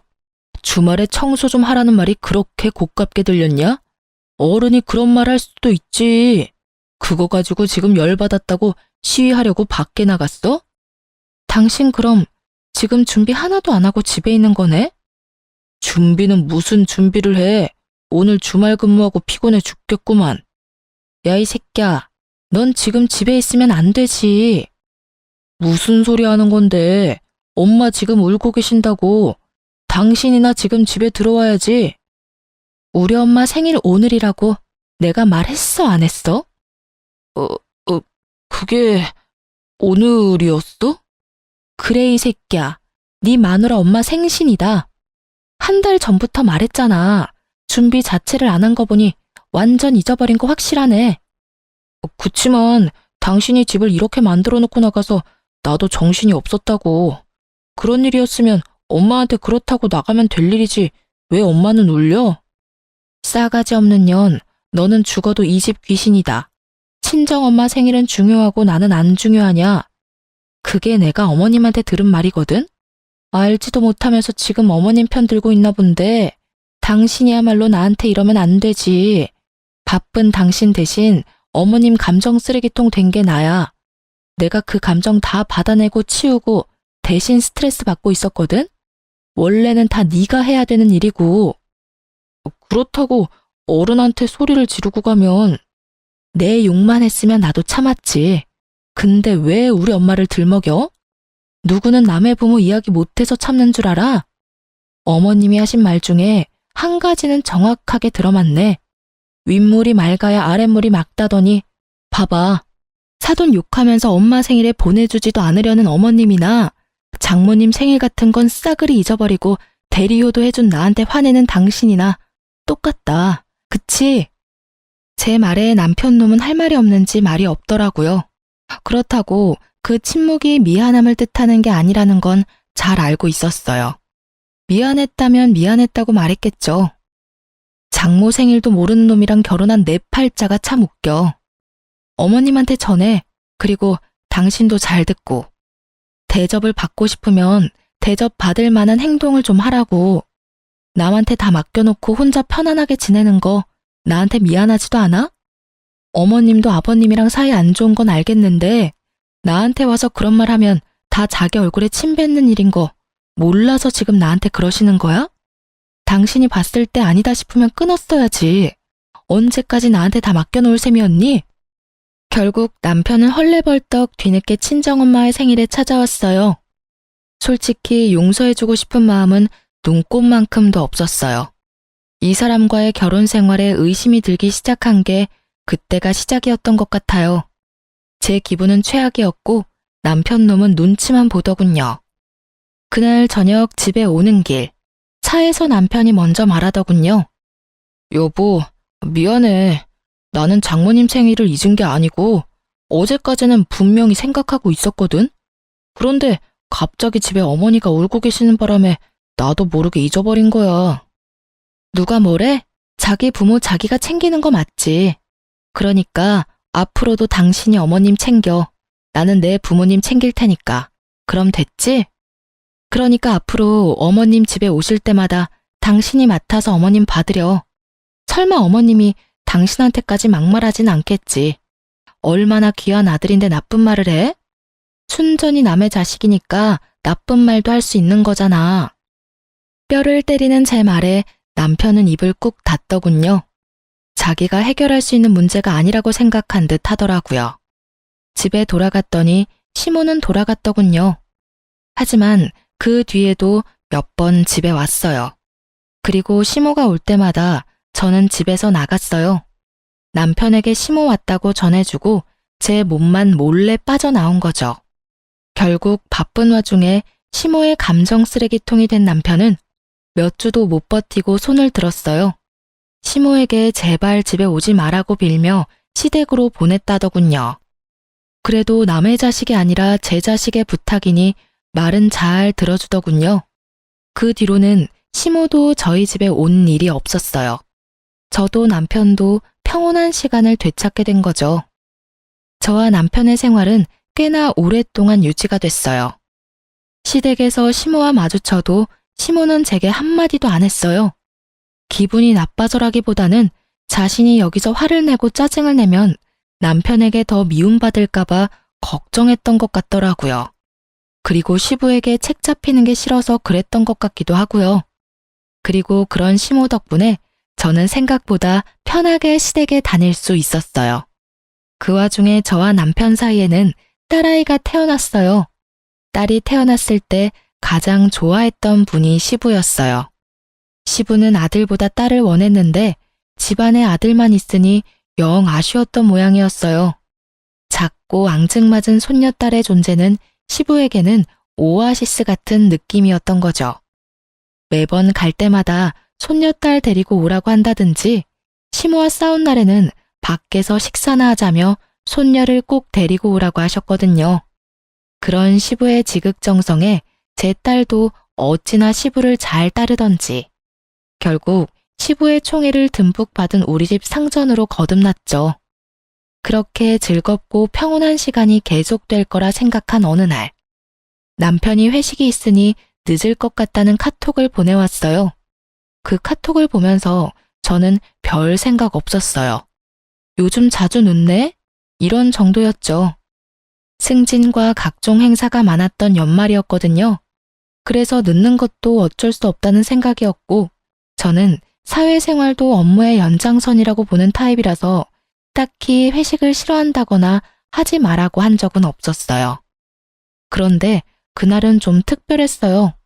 낮부터 애가 열이 나는 데다가 약을 먹여도 3시간 만에 다시 열이 오르고 다시 약을 먹이고 이런 상황의 연속이었거든요. 걷잡을 수 없이 열이 올랐을 때는 이미 자정이 다 되어가는 시간이었어요. 혼자 애를 데리고 병원으로 갈 자신이 없었고 남편에게 연락부터 했어요. 그런데 전화기가 꺼져 있더군요. 결국 전화번호를 뒤지다가 정말 우연히 받아놓은 남편 부하 직원의 연락처를 발견했죠. 그 부하 직원이라면 분명히 남편과 같이 있을 거라는 생각으로 그 사람에게 전화를 했어요. 늦은 시간에 죄송해요. 지금 회식하는데 남편 옆에 있죠? 이 사람이 전화기가 꺼져 있던데. 에? 회식이요? 저희 회식은 다음 주에 잡혀 있는데요. 그 말에 제 머릿속에는 경고음이 들리는 것 같았어요. 거짓말, 그리고 외박. 이 조합으로 생각나는 건 단 하나뿐이었어요. 어떤 여자라도 생각날 수밖에 없는 단어. 아닐 거라고 믿고 싶은 남편의 외도, 그거였어요. 머릿속이 복잡하고 열이 오르기 시작했지만 지금은 그것보다 더 중요한 일이 있었어요. 아픈 아이를 병원에 데리고 가는 거요. 저는 이를 악물고 애를 데리고 병원으로 향했어요. 아이는 요로 감염이었고 다행히 항생제 투여 후 열이 줄어들고 있었어요. 그리고 그 다음날 아침 8시에 남편에게 전화가 오더군요. 저는 입원한 아이 손을 잡고 있다가 남편의 전화를 받았어요. 당신 도대체 어디야? 애는 어디다 맡겨두고 외박이냐고. 지금 당신이 나한테 그런 말을 할 자격이 있어? 어제 애 아파서 응급실 왔거든? 당신한테 전화했는데 전화기는 꺼져 있더라? 회식이라고 했지? 그런데 왜 당신 부하 직원은 회식이 이번 주에 없다고 했을까? 솔직하게 물어. 나한테 회식한다고 속이고 어디 갔었어? 회식도 아니었는데 도대체 어디서 뭘 하느라 늦었냐고. 애 아플 때는 옆에 없는 놈이 애 아빠가 맞기는 해? 뭐? 애가 어디가 아픈데? 입원한 병원이 어디야? 내가 묻는 말에 대답이나 해. 너, 나 속이고 외박하고 뭐 했어? 나 몰래 바람 피니? 애가 이렇게 어린데 설마 바람 피는 건 아니지? 그럼, 어제 그건 당신이 싫어하는 친구 만나러 간다고 당신한테 거짓말한 거야. 외도 같은 건 아니고 당신이 싫어하던 그 친구 있잖아. 매번 동업하라는 친구. 아, 정말 미안해, 여보. 제가 무슨 말을 해도 남편은 미안하다고만 하더군요. 그리고 절대로 외도가 아니라고 했고요. 남편의 친구 중에 제가 싫어하는 친구가 있긴 했어요. 사기꾼 같은 놈이 하나 있었는데 그 놈이 보자고 한다고 남편이 외박을 한다? 그건 아니라고 생각했어요. 남편도 그 친구를 곤란해하는 게 눈에 보여서 제가 남편 대신 그 친구 못 만나도록 못 박은 거거든요. 그 친구한테 제 핑계대고 피하라고. 그러니 그런 친구 때문에 외박을 할 리가 절대 없어요. 저는 남편의 사과를 받아들이는 척 하면서 남편 차 조수석 뒤에 녹음기를 넣어뒀어요. 아니면 다행이고 만약 맞다면 족쳐야 하니까요. 그리고 저는 남편 놈의 더러운 거짓말을 다시 알게 됐죠. 차 안에 놔둔 녹음기에 남편의 전화 내용이 고스란히 녹음됐거든요. 여자와 함께 만나 대화하는 내용뿐만 아니라 와이프에게 들켰으니 이제 만나는 거 조심해서 만나자는 내용도 있었어요. 그 대화 내용을 듣는데 얼마나 웃겼는지 아세요? 두 사람이서 절대로 들키지 않을 계획을 열심히 짜더군요. 폰 들키는 거 대비한 세컨폰 만드는 것부터 세컨폰 숨겨뒀을 때는 네이버 블로그 댓글창을 이용해 대화하자고요. 배신감에 저는 남편 놈에게 복수심을 활활 불태웠어요. 솔직하게 말하면 당장이라도 남편과 상간녀에게 달려가 제게 눈물 흘리게 만든 값을 받아내고 싶었어요. 그렇지만 이때 저는 그런 생각을 했죠. 제가 이혼을 하지 않겠다고 다짐했다 하더라도 상황이 어떻게 굴러갈지는 알 수 없을 거라고. 그래서 저는 증거를 모으기 위해서 남편과 상간녀를 미행하기로 했어요. 남편을 미행해서 상간녀의 집을 알아냈고 상간녀의 집 앞을 지키고 섰어요. 그런데 얼마 뒤 저는 정말로 당황할 수밖에 없었어요. 정말로 의외의 인물이 밖으로 나왔거든요. 저는 너무 당황한 상태로 사진부터 찍었어요. 상간녀에게 직접 가서 따지려고 했던 제 계획은 잠시 뒤로 물렸어요. 저는 계획을 바꿔서 남편부터 추궁하기로 했어요. 그리고 여차하는 순간 저 인물이 저에게는 도움이 될 것 같았거든요. 저는 그날 저녁 남편에게 가서 말했어요. 나랑 이야기 좀 해. 당신 나 말고 다른 여자 생긴 거 맞지? 갑자기 무슨 말이야. 이상한 소리 하지 말고 식사나 하자. 말 돌리지 말고. 나 당신 차 안에 녹음기 넣어놨었어. 거기 이미 다 녹음됐더라고. 당신이랑 그 여자 작당하는 거. 지금 당장 헤어져. 그러면 내가 용서해 줄게. 용서? 야, 네가 뭔데 날 용서하고 말고 해. 진짜 어이가 없어서. 내가 바람을 피든 말든 당신이 뭔 상관인데? 나도 당신처럼 성질 더러운 여자랑 사는 거 싫어. 그 성질 더러운 여자 싫으면 결혼은 왜 하자고 그랬어? 그리고 처음부터 내가 성질이 더러웠어? 너랑 네 엄마한테 그만큼 당하는데 성질이 안 더러워지는 게 이상하지. 그래서 어쩔 건데? 나랑 이혼이라도 하겠다는 거야? 이혼이 별거야? 서로 싫어지면 헤어지는 게 맞는 거지. 그래, 헤어져. 헤어지고 나도 좀 편하게 살아보자. 솔직하게 말해서 너 우리 엄마한테 예의 없이 구는 것도 얼마나 열받았는지 알기는 해? 그 여자는 당신처럼 이렇게 아나무인인 사람이 아니야. 상간녀를 두둔하는 말을 하며 남편놈이 실컷 짓거리더군요. 제 무덤 파는 줄 모르고 열심히 파서 묻히기 전에 한 번 더 물어봤어요. 그래서 이혼하겠다. 그 말이지? 그래, 이혼해 줄게. 내가 용서해 주겠다고 했는데도 굳이 지옥길로 알아서 걸어가겠다. 이 말이지? 제 말이 심상치 않음을 느꼈는지 남편 놈이 잠깐 흠칫하더군요. 그렇지만 자기도 뱉은 말이 있으니 번복하지는 않더군요. 뭐든지 법대로 할 거야, 법대로. 그래, 그럼 이혼해 줄게. 아버님이랑 어머님한테 이야기하러 가자. 당신 바람나서 애랑 나 버리고 이혼하겠다고 이야기할게. 남편놈 얼굴이 새카맣게 변하더군요. 시아버지 밑에서 일하는 남편놈은 자기 딸이 시아버지의 마음을 얼마나 많이 사로잡았는지 잘 알고 있었거든요. 친권이랑 양육권은 안 줄 거야. 넌 나한테 주게 되어 있어. 이 이혼은 전적으로 다 네 탓이니까. 넌 바람을 폈고 너희 엄마는 나를 괴롭히고 내 친정을 모욕했지. 게다가 아이가 아플 때도 바람을 폈으니 애를 데려갈 자격이 있기나 하겠어? 제 말에 남편이 부들부들 떨더군요. 저는 남편놈을 강제로 시댁으로 끌고 가서 시부모에게 이혼 이야기를 꺼냈어요. 아버님, 어머님, 저희 이혼하기로 했어요. 제 말에 시모가 비웃으며 한마디 하더군요. 네, 그렇게 될 줄 알았어. 네가 잘나면 얼마나 잘났다고 시어머니 이겨먹고 잘 살 줄 알았어? 당신은 좀 가만히 있어. 며느라가 왜 갑자기 이혼을 하겠다고 하냐? 큰 문제가 아니면 다시 생각해보고. 이 사람이 바람을 폈어요, 아버님. 그 말에 시부가 찔끔 놀라더군요. 자기도 바람을 폈으니 말이죠. 그런데 제가 용서해 줄 테니 그 여자랑 인연 끊으라고 했는데 그럴 바엔 저랑 이혼하는 게 낫겠다고 하더라고요. 그래서 원하는 대로 이혼해 주려고요. 전 분명히 기회를 줬어요. 그런데 그걸 거절한 건 남편이에요. 그럼 우리 손녀딸은?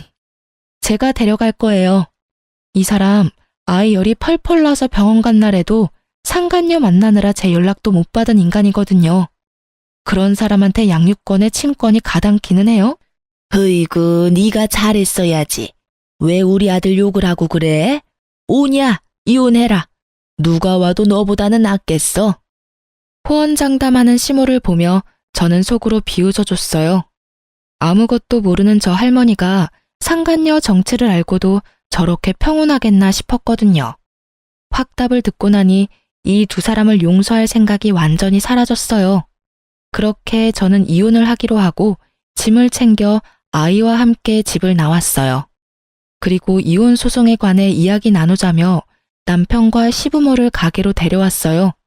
시부모에게는 손녀를 마지막으로 볼 수 있게 해주겠다고 했죠. 그렇게 식당에서 저는 시부모와 남편에게 말했죠. 확실하게 이혼하기 전에 식사 한번 대접해드리고 싶었어요. 아가, 이혼은 다시 한 번 더 생각해보거라. 이 빚덩이 같은 것이 아버지 없이 살면 얼마나 힘들겠니? 당신은 왜 그런 말을 해요? 제가 뭐라고 그렇게 두둔하냐고요? 그리고 넌 뭐가 그렇게 매번 당당해? 식사 대접? 웃기고 앉았네. 네가 왜 우리한테 식사를 대접해? 뭔 꿍꿍이가 있으니까 불렀겠지. 우리 아들한테서 얼마나 뜯어먹을 작정이야? 말씀이 심하시네요. 뜯어먹기는 누가 누굴 뜯어먹어요? 그건 어머님이 곧 하시게 될 텐데요. 저의 말과 함께 방 밖에서 똑똑 노크 소리가 들렸어요. 손님이 오신 모양이네요.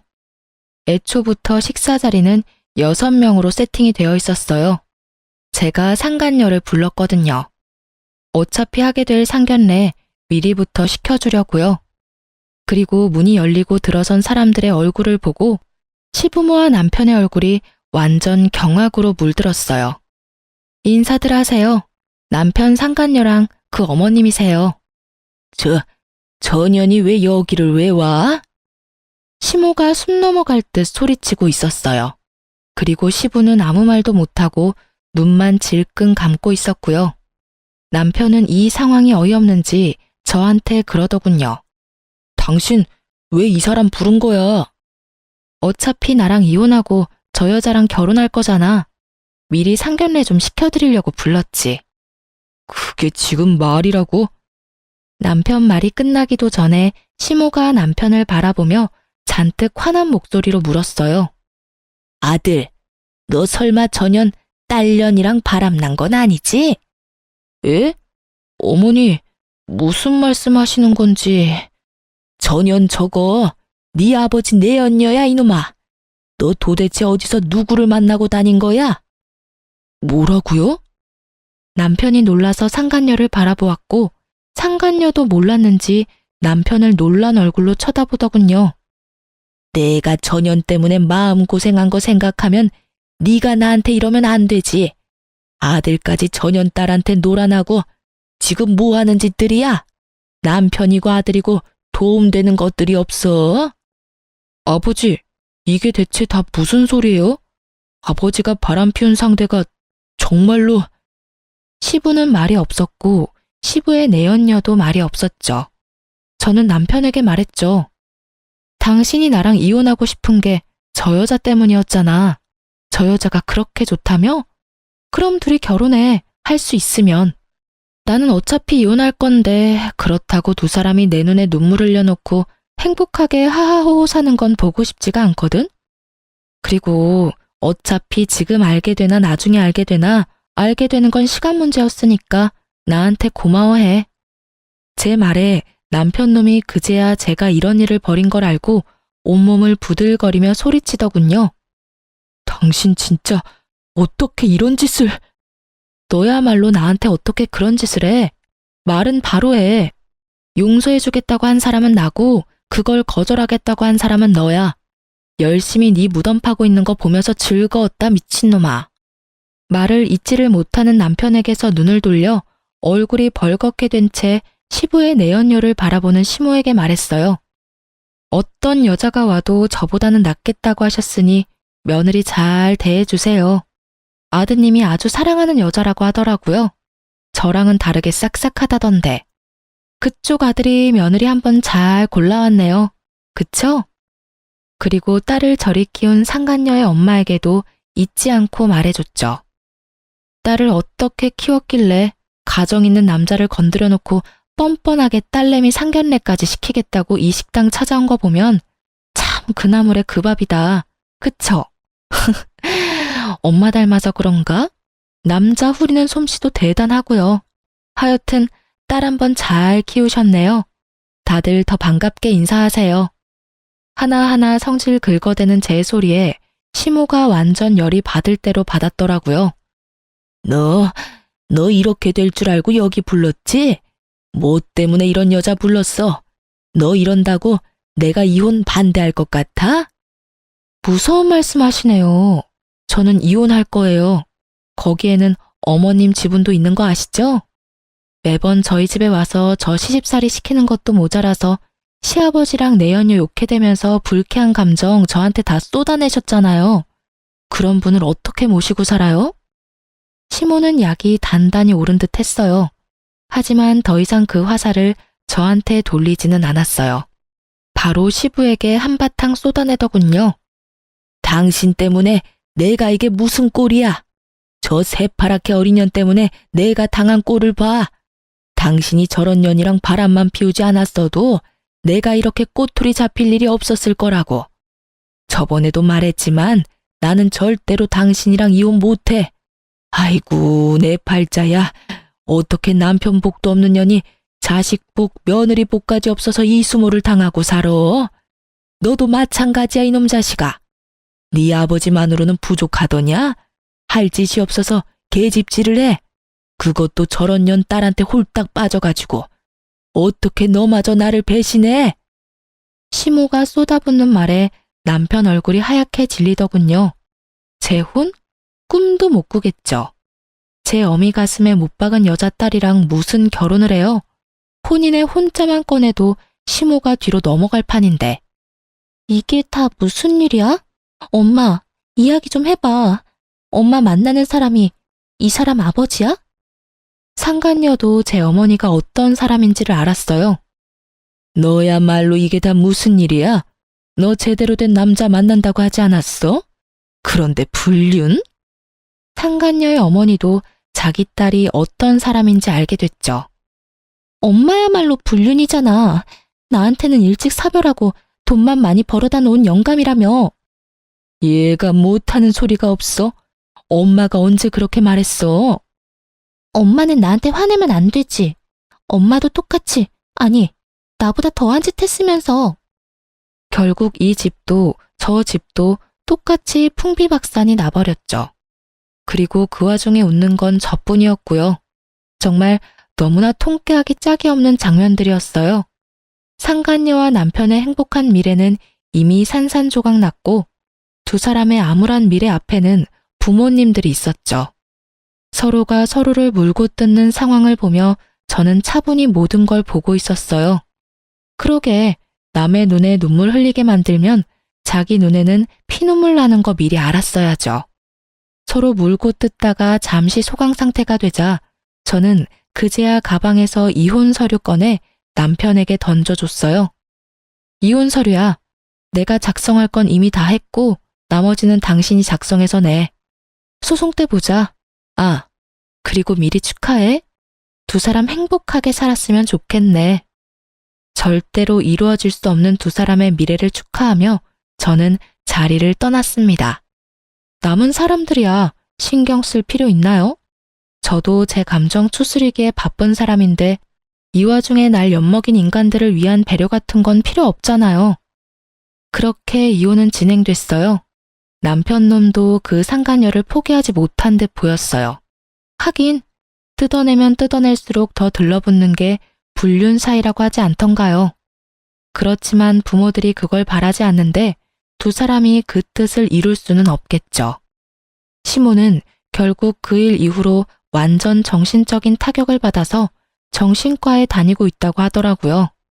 시부의 배신 때문에 그렇게 열받아서 저한테 모든 걸 쏟아내던 시모였는데 결국 아들놈까지 자기를 배신하는 짓을 했으니 정신이 남아나겠어요? 저 같아도 정신과 다닐 만큼 타격을 받았겠죠. 어떤 여자라도 저보다 낫겠다며 그렇게 호언장담을 하며 이혼하라고 떵떵거리더니 정작 이혼하고 나서 아들이 데려온 여자가 시부 내연녀의 딸이라니 게다가 얼마나 웃겨요? 남편 바람난 것 때문에 그렇게 열받은 사람이 아들 바람나서 며느리가 이혼하게 됐는데 잘 됐다며 이혼하라고 말하는 것 자체가 말이죠. 저 같으면 자기 아비랑 똑같은 짓 했다면서 냅다 두드려 패버렸을지도 모르는데 역시 남다른 정신세계를 가지고 있는 분이셨어요. 그리고 남편은 정말 웃겼어요. 이혼 소송 중에 시부와 남편 저 셋이 다시 만난 적이 있었거든요. 시부가 불러들인 거였어요. 시부가 저한테 그러더라고요. 너 정말로 이혼할 생각이냐? 나는 너희가 이혼하지 않았으면 좋겠다. 내가 아들에게 나쁜 영향을 줬다고는 생각하지만 그렇다고 아들이 잘못된 상대와 재혼하는 건 아니라고 생각하거든. 아버지, 저희 정말로 이혼할 거예요. 그리고 저는 이 사람보다 그 여자가 더 좋다고요. 아버지가 이해 좀 해주실 수 없어요? 안 된다면 절대로 안 돼. 그 여자 말고 다른 여자를 데려왔으면 또 모를까. 너는 그 여자가 어떤 여자인지 알면서도 나한테 재혼 이야기를 꺼내? 그리고 손녀딸이랑 며느리 다시 데려오지 않으면 너한테는 절대 상속 같은 건 없어. 알았어? 아버지, 잘못한 건 제가 아니라 아버지잖아요. 웃기시네. 아버님이 바람피는 건 잘못이고 네가 바람피는 건 잘못이 아닌 거야? 자기는 잘못한 거 하나도 없다는 식으로 이야기하네. 그러게 왜 바람을 펴? 당신이 바람만 안 폈어도 당신 처지가 이렇게 꼬이지는 않았겠지. 남편은 아무 말도 못하고 저만 노려보더군요. 당신이 그 자리에서 그런 짓만 안 했어도 나중에 충분히 설득할 수 있는 일이었어. 그 말 병원 다니고 계신 어머님 앞에서 한번 해봐. 어머님 병원에 실려가시겠지. 구구절절 맞는 말이라 그런지 남편이 입을 꾹 닫더군요. 너희가 헤어진다고 해도 너희 딸은 내 손녀다. 그것만은 잊지 말아라. 그리고 며느라가 네가 한 달에 한 번만이라도 손녀 데리고 나를 찾아와주면 나도 너한테 위자료를 지급할 생각이다. 그렇게 해주겠니? 네, 그리 원하시면 매달 와서 보여드릴게요. 그 순간 위자료가 탐났다기보다는 아이에게서 든든한 보호자를 뺏을 수 없다는 생각 때문에 받아들인 제안이었는데 생각보다 더 더 큰 위자료를 주시더라고요. 지금 남편과 같이 살고 있던 시부 명의 아파트요. 그걸 제 앞으로 해주셨거든요. 저는 제가 마음 놓고 살 수 있는 공간이 생긴 터라 마음이 놓였고 남편 놈은 다시 시부의 눈이 닿는 곳에 들어가게 됐죠. 상간녀도 남편과 결혼하려고 그렇게 애썼는데 상간녀의 엄마가 두 사람 사이를 뜯어 말렸다고 해요. 건너 들은 바로는 상간녀의 엄마와 시부는 제가 서로의 가족을 만나게 한 그 즈음에 결혼 이야기가 나오고 있었다고 하더라고요. 시부도 귀찮은 시모를 떼어놓고 싶어한 모양이었고 상간녀의 엄마는 시부의 와이프가 되면 꽤나 풍족한 생활을 할 수 있을 거라는 생각에 그렇게 하자 이야기가 되고 있었다고 하더군요.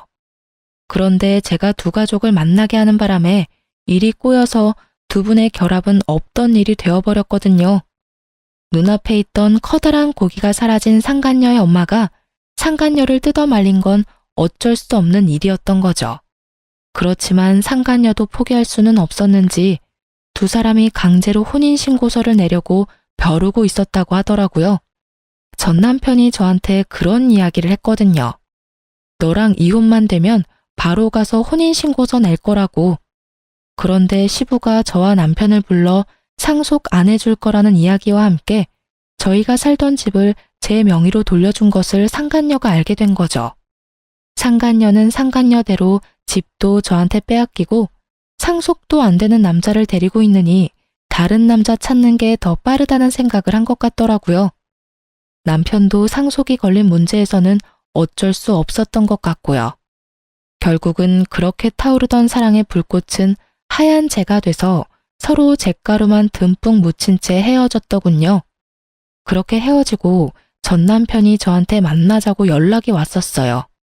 나가지 않으려 했지만 당시에는 근황이 너무 궁금했거든요. 무슨 일로 보자고 했어? 바쁘니까 짧게 말해줘. 냉랭한 제 모습에 전 남편이 눈치를 보더니 그러더군요. 우리 이혼하는 거 다시 생각해 볼 수는 없어? 나 그 여자랑 헤어졌어. 당신이 그 여자랑 헤어지면 용서해준다고 했잖아. 그건 이혼 전의 이야기지. 지금은 이미 이혼했잖아. 그런데 왜 내가 당신을 용서해줘야 해? 이혼으로 이미 다 끝난 일이야. 그 제안을 받아들이려면 그때 받아들였어야지. 왜 이제 와서 아쉬운 소리를 해? 내가 정말로 잘못했어. 그런 여자인지도 몰랐고. 아버지랑 그렇게 엮인 사이인지도 몰랐단 말이야. 솔직히 따지고 보면 나도 피해자인데. 그래? 근데 나한테 당신은 가해자야. 내 가슴에 비수 꽂고 다른 년이랑 바람난 전 남편. 그런 네가 왜 이제 와서 나한테 이러는지는 모르겠지만 너 나한테 재결합 요구하려는 거면 잘못했다가 아니라 미안하다고 먼저 사과를 했었어야지. 그리고 한 가지 확실하게 할게. 나는 한 번 바람핀 놈은 절대 못 믿어. 그러니까 앞으로 나한테 연락하지 마. 그 여자하고 잘 안 되니까 나한테 다시 슬금슬금 기어온 모양인데 나는 절대로 당신이랑 재결합 안 해. 내가 정신 나갔어? 미친놈이랑 다시 결혼 생활을 하게. 쓸데없는 말 하지 말고 양육비나 꼬박꼬박 보내. 안 보내면 아버님한테 이를 거야. 한 달에 한 번씩 아버님이랑 만나는 건 알지? 그러니까 하는 말이잖아. 우리 아버지는 만나면서 왜 나한테는 기회도 안 주는데? 한 번 정도는 용서해줘도 되잖아. 내가 여러 번 바람을 핀 것도 아니고 잠깐 딱 한 번 외도에 빠진 것 뿐인데 그걸 용서를 못한다고 하는 건 좀 아니지. 넌 한 번은 용서해야 하고 두 번은 용서하지 말라는 거야? 그런데 어쩌나? 당신이 한 번 바람 필지 두 번 바람 필지 누가 장담할 수 있는데? 나는 그 한 번이 싫은 거야. 이미 나한테서 맘 떠났는데 어떻게 그게 다시 돌아와? 절대 안 돌아와. 당신이 원하는 건 내가 아니라 시부의 돈이겠지. 앞으로 이런 이야기 할 거면 부르지 마. 서로 시간만 낭비하고 서로 다른 입장만 확인할 뿐이니까. 제 말에 변명을 필사적으로 늘어놓으려는 남편놈을 내버려 두고 나왔어요. 아시는 분들은 아실 텐데요. 제 생각에 바람은 습관이에요. 절대 안 한다 맹세해도 그런 상황이 오면 하게 되어 있거든요. 저런 제안은 빠르게 손절하는 게 정답이랍니다. 제가 아는 사람 중에는 바람피는 남편 용서해줬다가 뒤통수 맞은 사람도 있거든요. 그리고 남편 놈이 저한테 재결합을 이야기했지만 그게 제가 좋아서 이야기한 건 아니잖아요. 아무리 봐도 시부의 돈이 아까운 게 눈에 보이잖아요. 일이 꼬이지 않아서 시부가 재혼을 허락했다면 이놈이 저 앞에서 이렇게 아쉬운 소리를 할 리가 있겠어요? 사랑도 없는 결혼을 다시 시작할 필요가 없잖아요. 어떤 사람들은 상황이 잘 풀렸으니 그냥 받아주지 그랬냐고 물었죠. 그런데 그런 생각이 들었어요. 시부가 만약에 돌아가시고 나면 저 남자가 그때도 저를 와이프로 여길까 하는 생각이요. 애초에 돈 때문에 상간녀와 헤어진 남자인데 시부의 돈과 재산이 상속되면 당연히 다른 여자 만나는데 주저하지 않겠죠. 그리고 어떤 이유보다도 그 남자가 저를 여자로 보지 않는다는 점이 제일 컸어요. 그것만큼 비참한 게 없으니까요. 그래도 지금은 잘 살고 있으니까 이런 생각도 안 하고 살아요. 떨쳐내는 게 힘들었지만 지금은 그때의 일에 묶여있지는 않으니까요. 쓰다 보니 길어졌네요. 제 사연 들어주셔서 감사합니다. 아, 저에게 응원의 한마디 댓글로 써주시면 더욱 감사할 것 같아요. 여러분, 좋은 하루 되세요.